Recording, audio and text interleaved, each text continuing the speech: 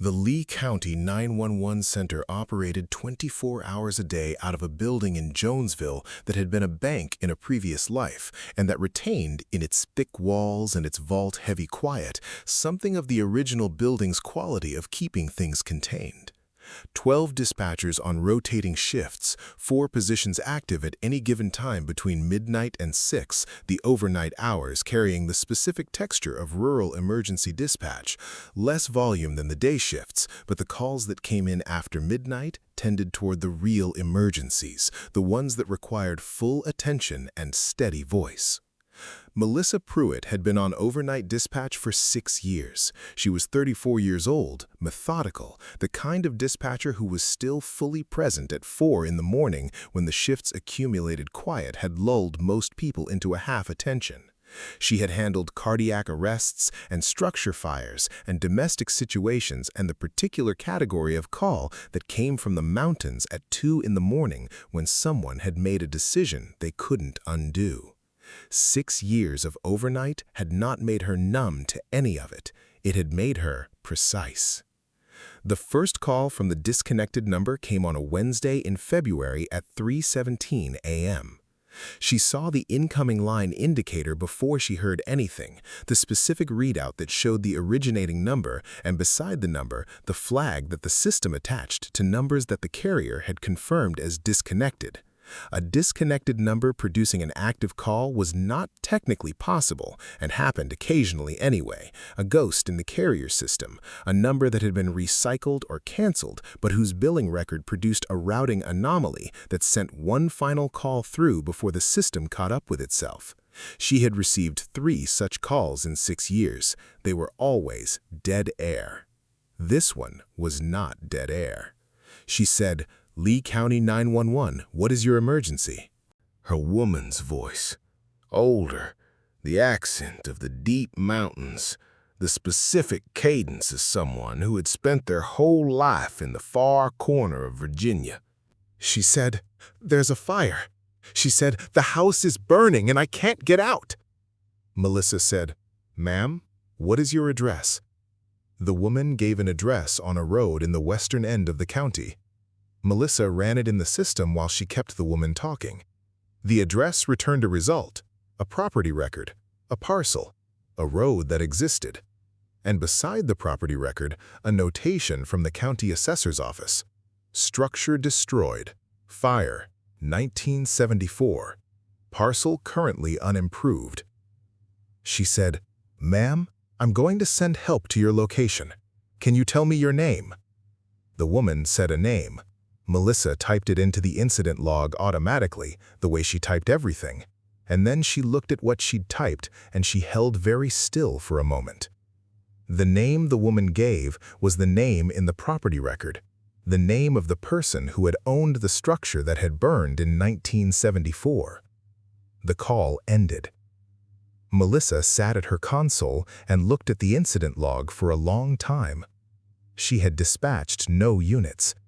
You did not dispatch units to a structure fire that had occurred 50 years ago at an address that the assessor's record confirmed was currently unimproved ground. She marked the incident as incomplete call, disconnected number, no action required, and she went back to the console, and she did not think about it for the rest of the shift. She thought about it on the drive home. The second call came the following Wednesday, same time, 3:17 a.m. Within 2 minutes, same number, same disconnected flag, same woman's voice, same words, same address. Melissa asked the same questions and got the same answers, and the call ended at the same point. She marked it the same way. She mentioned it to her shift supervisor, a man named Dan Lawson, who had been in county emergency services for 20 years and who had the specific unflappability of someone who had categorized most things the job produced. Dan said, "Carrier glitch. Happens sometimes with canceled numbers. If it keeps coming in, report it to the carrier."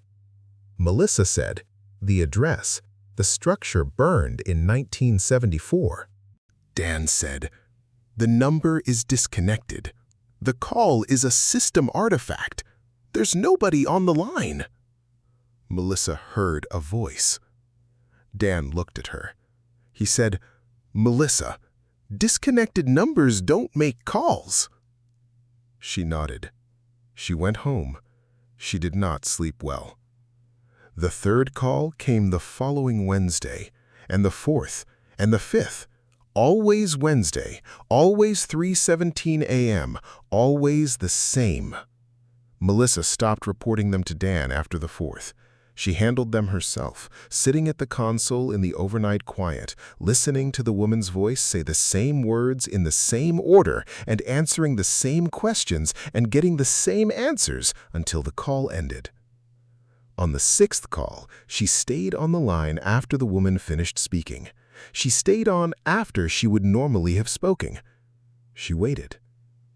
The silence on an open line had a quality to it, not dead air, not the silence of a disconnected call, but the presence of an open connection, the faint carrier hiss that meant something was there even when nothing was speaking.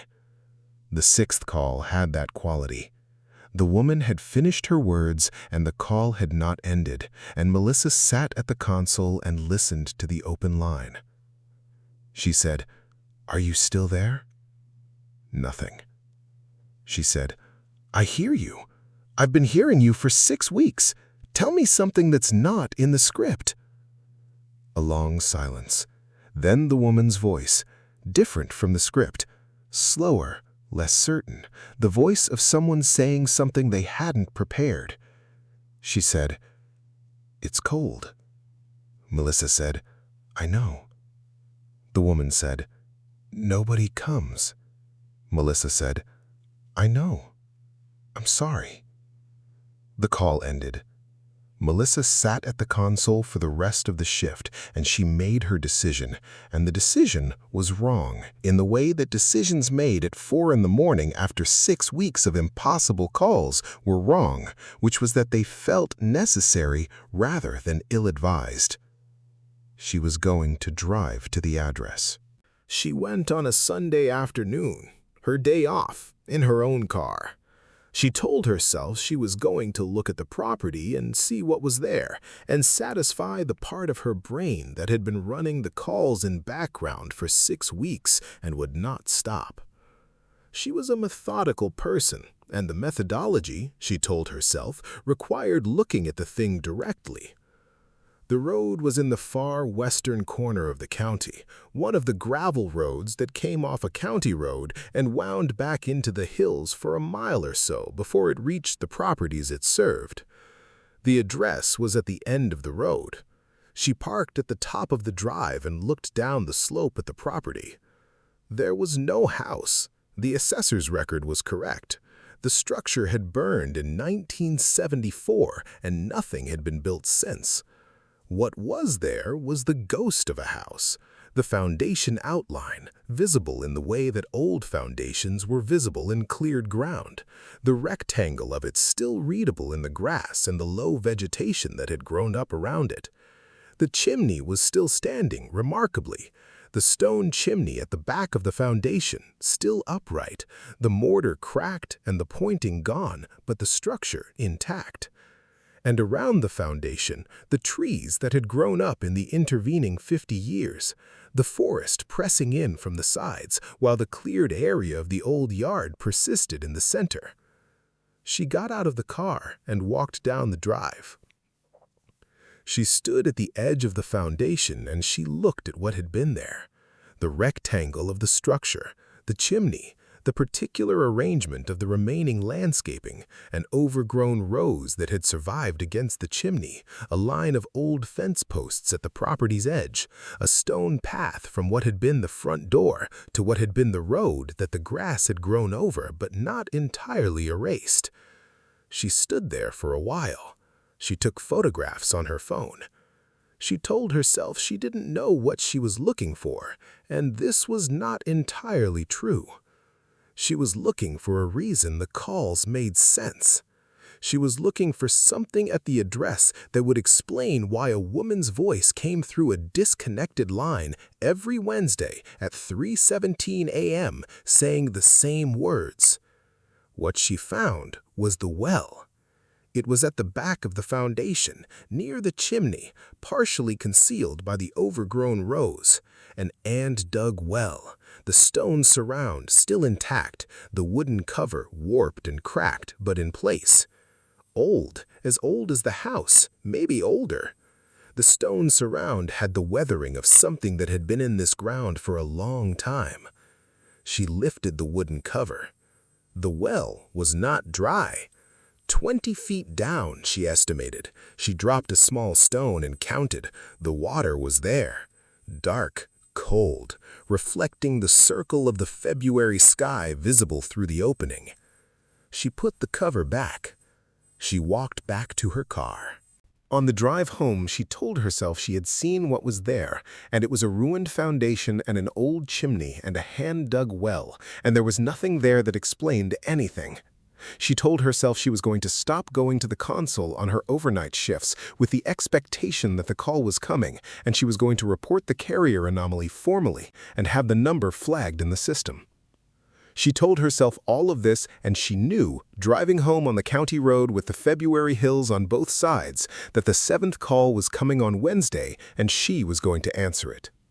Wednesday, 3:17 a.m. The incoming indicator. The disconnected flag.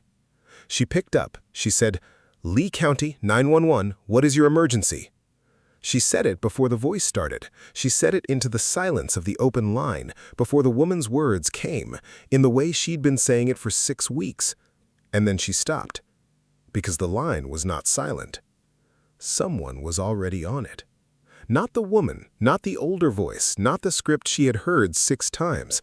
A different voice, lower, the quality of something that was not entirely using a voice in the way a voice was meant to be used, speaking not into the phone but across it, the sound coming through the carrier in the way that sound came through when the source of it was not a phone, but something that had learned to use the phone the way the vine at Slate Creek had learned to use the ground, as a medium, a channel, a way of saying something through a system built for a different purpose. It said a name. Her name. Melissa Pruitt. Said in the low voice that was not a voice, said with the specific intonation of something that had been listening to her handle these calls for 6 weeks and had learned the shape of her, the way she spoke and the questions she asked and the precision she brought to the overnight hours, and had decided that she was the right person for whatever came next. She should have hung up. She understood this immediately and completely, and with the specific clarity that came at 4 in the morning after 6 weeks of impossible calls. She understood all of this. She said, "What do you need?" The voice said, "Come back to the house." It said it the way the woman's voice had said, "It's cold," slowly, as if working something out in real time, as if whatever was on the line had been preparing for the specific request for a long time and was now making it. Melissa said, "The house burned in 1974. The voice said, "Come back anyway." She said, "Why?" The voice said, "She can't leave until someone comes. She's been calling. Nobody comes." Melissa thought about the woman's voice and the same words in the same order and the 50 years of Wednesday nights at 3:17 a.m. She thought about "nobody comes" and the specific exhaustion in it when the woman had said it off script on the 6th call. She said, "If I come, what happens?" The voice was quiet for a moment. Then it said, "She shows you where." Melissa said, "Where what?" The line went dead.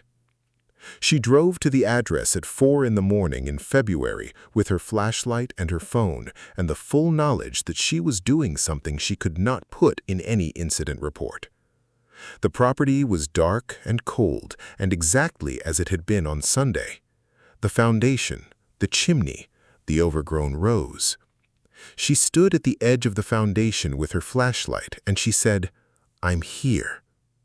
Nothing. She walked the foundation perimeter. She walked it twice. She stood at the chimney. She stood at the well. She lifted the wooden cover of the well. In the flashlight beam, 20 feet down, the water. Dark, cold. And on the surface of the water, in the circle of light her flashlight made, something. Not floating, not moving. Resting on the surface of the water in the old well in the way that things rested at the bottom of cold water for 50 years and then surfaced when someone lifted the cover and put a light on them. She called the sheriff's department from the property. She told them she was a 911 dispatcher and she had received an anonymous tip about evidence at a property address in the western end of the county, and she was at the address and she needed a deputy. She did not tell them about the calls. She told them about the tip and the well and what she'd found in the flashlight beam, which was enough. The deputy who came was young and professional, and he looked in the well, and he called for backup, and he was careful about how he spoke to her, and she was careful about what she told him. The investigation that followed was the county sheriff's business, and she was not part of it beyond her initial statement. She did not follow the case publicly. She knew enough. She knew that the woman whose name was in the property record had not died in the fire. She knew that the well was 50 years old. She knew that the call had come every Wednesday for 6 weeks until she went to the address. After the 7th call, the number did not call again. She has been a dispatcher for 12 years now. She handles the overnight with the same precision she always has. She notes everything. She marks everything correctly. She does not note the Wednesdays when she sits at the console at 3:17 a.m. and listens to the silence of the line, and understands, in the way that certain understandings arrived after enough years in this work, that some calls came through because they had to come through, because the system, whatever the system was, had no other way to say what needed saying. She picks up every time, just in case.